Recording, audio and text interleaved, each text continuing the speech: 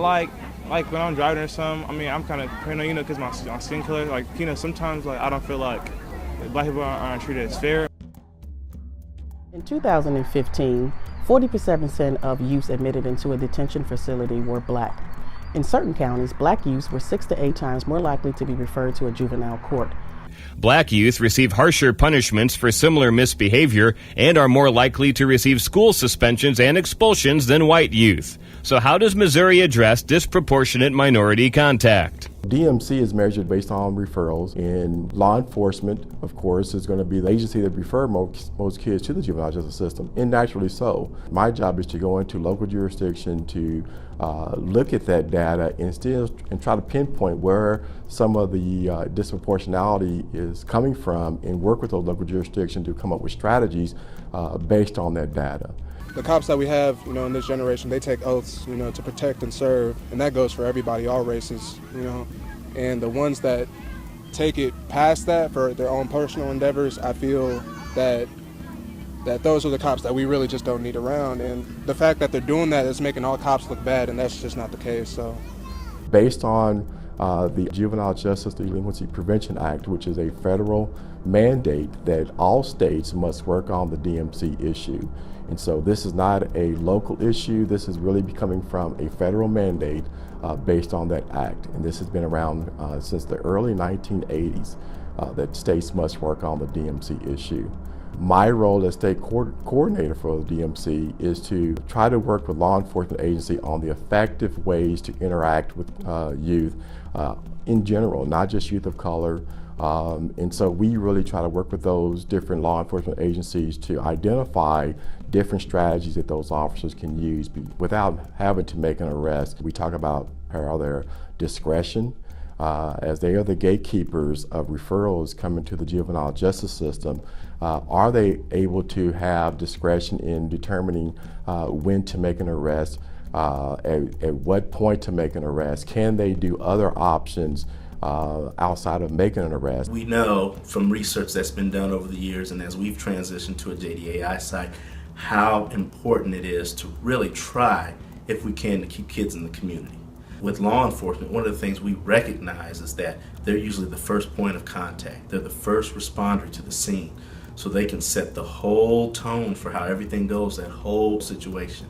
That child and that family's perception of not only law enforcement, but the system in general, the court system. It's so important that interaction be as positive as it most possibly can be. When I teach my training with law enforcement, I typically ask them, what is the role of law enforcement in the juvenile justice system? And a lot of them think of it as just an arrest, but truly what we ask them to do now is to think of how to do their jobs differently.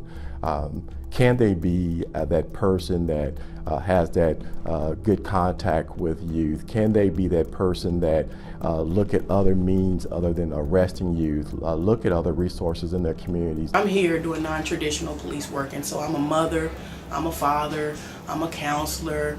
I'm gonna take me to the store to get some personal hygiene type things, take me here to pick up my medicine. That's the type of police work that I do. My job here is to build relationships. Many times kids who have committed an offense, have made a mistake in life, they can be rehabilitated from those things and remain in the community. If we're going to be effective on making an impact on the DMC issue through law enforcement, again, because they are the gatekeepers of the referrals, they really control a lot of what comes to the juvenile court.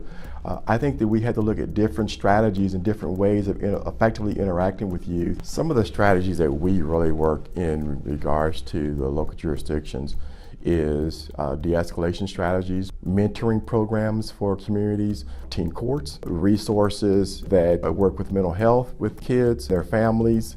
I think they're always here to help us and make us feel safe when we need their help. In a lot of ways, families are reaching out to law enforcement because there are no other options for those families to make contact with in a crisis situation. If it's just the arrest and the officers leave it at that arrest, that does not effectively make a change in that child's behavior. The way we do business can't always be, that's how we've always done it. We've got to be able to make changes based on what is happening in our world today, and look at trends, look at the data to see how we can effectively make our job work as best we can for those who we encounter. Go back to why it is that you became an officer. And, you know, usually what that is to protect and serve. And obviously you have to protect, but it's also about the service too. It's about servicing the community